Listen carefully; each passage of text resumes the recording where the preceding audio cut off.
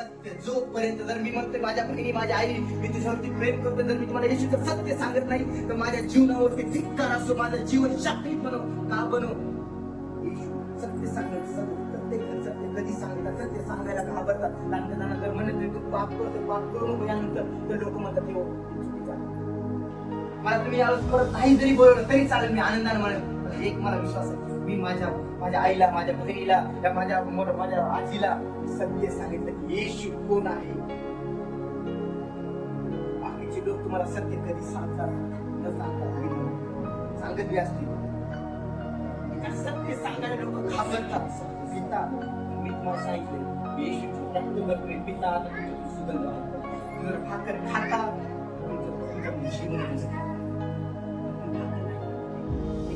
दिखाव म्हणून करता म्हणून तुमच्यामध्ये जीवन. मी सत्य बोलतोय जे हे सत्य ते म्हणून आमचं जीवन बदलत नाही, आमच्यामध्ये परिवर्तन घडत नाही, आमच्यामध्ये तोच स्वभाव आहे तेच गोष्टी आहेत. जर तू त्या लोकांना सत्य नाही सांगितलं मी म्हणतो मी जर त्यांना सत्य बोलत मला परत बोलवणार नाही.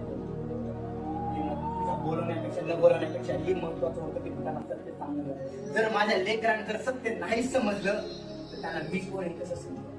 बायबल सांगते की जर मी तुमच्यावरती प्रेम करतो जर मी तुम्हाला सत्य सांगत नाही याचा अर्थ मी तुमच्यावरती प्रेम नाही तर मी तुम्हाला फसवतो, मी फक्त तुमचा उपयोग करतो. हे परमेश्वर तुम्हाला मार्ग मी आहे, सत्य मी आहे, जीवन मी आहे.